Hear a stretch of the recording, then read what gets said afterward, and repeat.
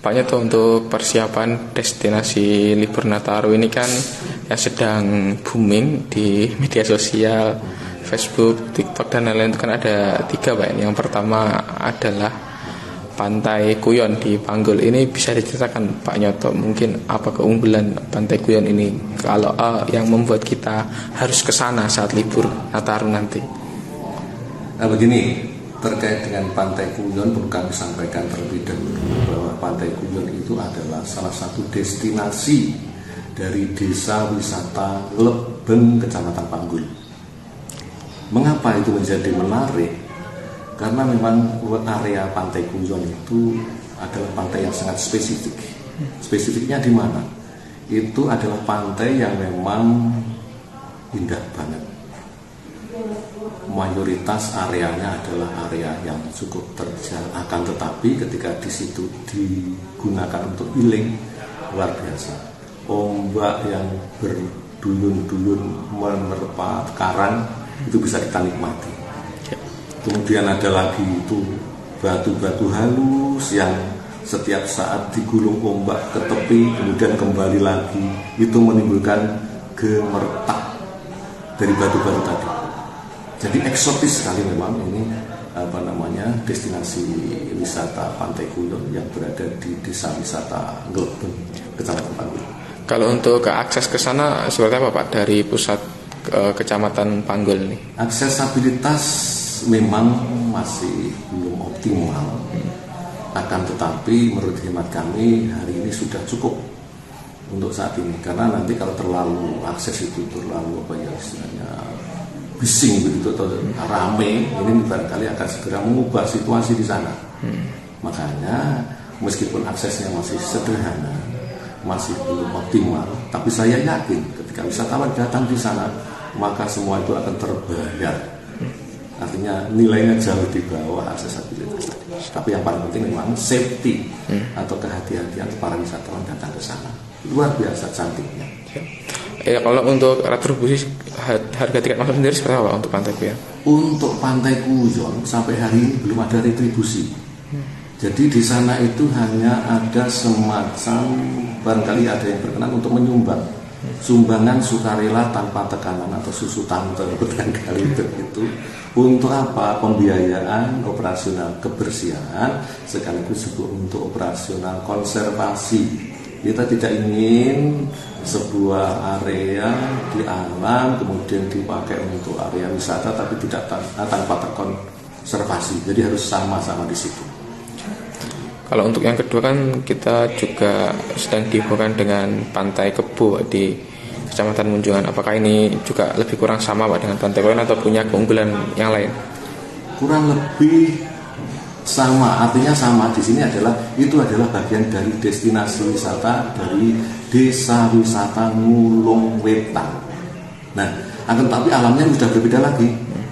Ini adalah pantai yang membentang, mendatar, kemudian di situ ada semacam sabana, rumputan di bawah pohon nyur.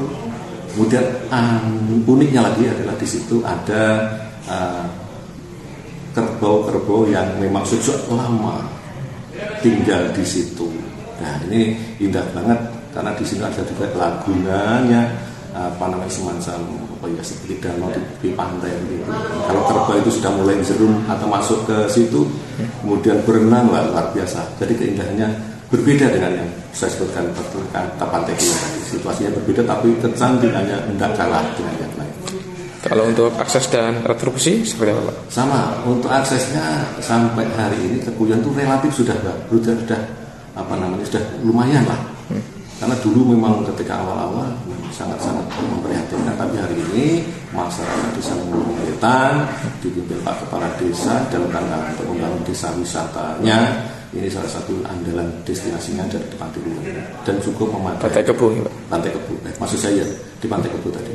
Untuk retribusi? Retribusinya juga masih belum ada.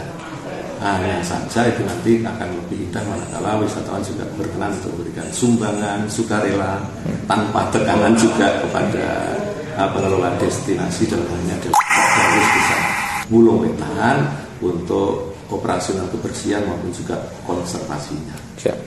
Kalau yang ketiga kan kita juga punya di Kecamatan Panggul ada Pantai Taman Kili-Kili. Pak, ini seperti apa Pak? Apakah juga sama atau? Sama juga. Taman Kili-Kili itu adalah area yang dikelola oleh Pokmaswas itunya, yang berada di Panggul, tapi juga masuk di desa wisata Wonocoyo. Nah, itu juga salah satu destinasi yang dikembangkan di desa Wonocoyo, dan ini juga merupakan area konservasi juga, utamanya untuk penyu di pantai Kili-Kili.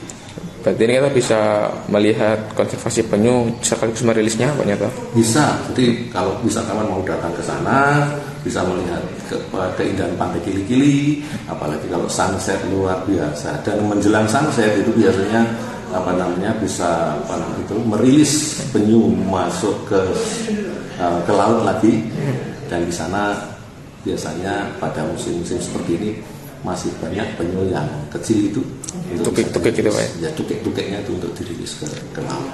Sama Pak untuk retribusi dan aksesnya? Sama saja, jadi seperti itu, memang belum optimal aksesnya, tapi juga tidak ada retribusinya. Tapi di situ paling tidak itu tadi ada sukarela dari para pengunjung. Kalau dari ketiga pantai ini untuk penginapan gimana Pak? Misalnya ada yang ingin menginap di sekitar pantai tersebut? Mayoritas kami sudah menyampaikan kepada seluruh desa wisata di Kabupaten Trenggalek. Selain mereka memiliki destinasi pariwisata, juga mereka memiliki homestay yang biasa dipakai untuk menginap wisatawan. Karena berbeda dengan destinasi wisata kita yang misalnya yang konvensional, Pantai Perigi, kemudian misalnya Pantai Karanggongso, biasanya kan wisatawan itu bisa mengunjungi kemudian balik lagi. Tapi untuk di desa wisata ini memang suasananya dibuat sedemikian rupa, suasana desa, sehingga kalau misalnya wisatawan itu datang ke sana langsung saja bisa pesen homestay yang ada di desa tersebut. Pak, untuk Nataru ini kan Trenggalek yang cukup terkenal pasti daerah Watulimo Pak, Perigi dan sekitarnya. Nah ini apa Pak yang membuat kita tetap harus ke sana walaupun sudah berulang kali ke sana? Apa yang beda untuk tahun ini? Tahun ini ada sesuatu yang lumayan mendorong kita, karena hadirnya jalur lintas selatan JLS yang menghubungkan Tulungagung sampai dengan Watulimo. Ini menjadi daya tarik tersendiri bagi wisatawan.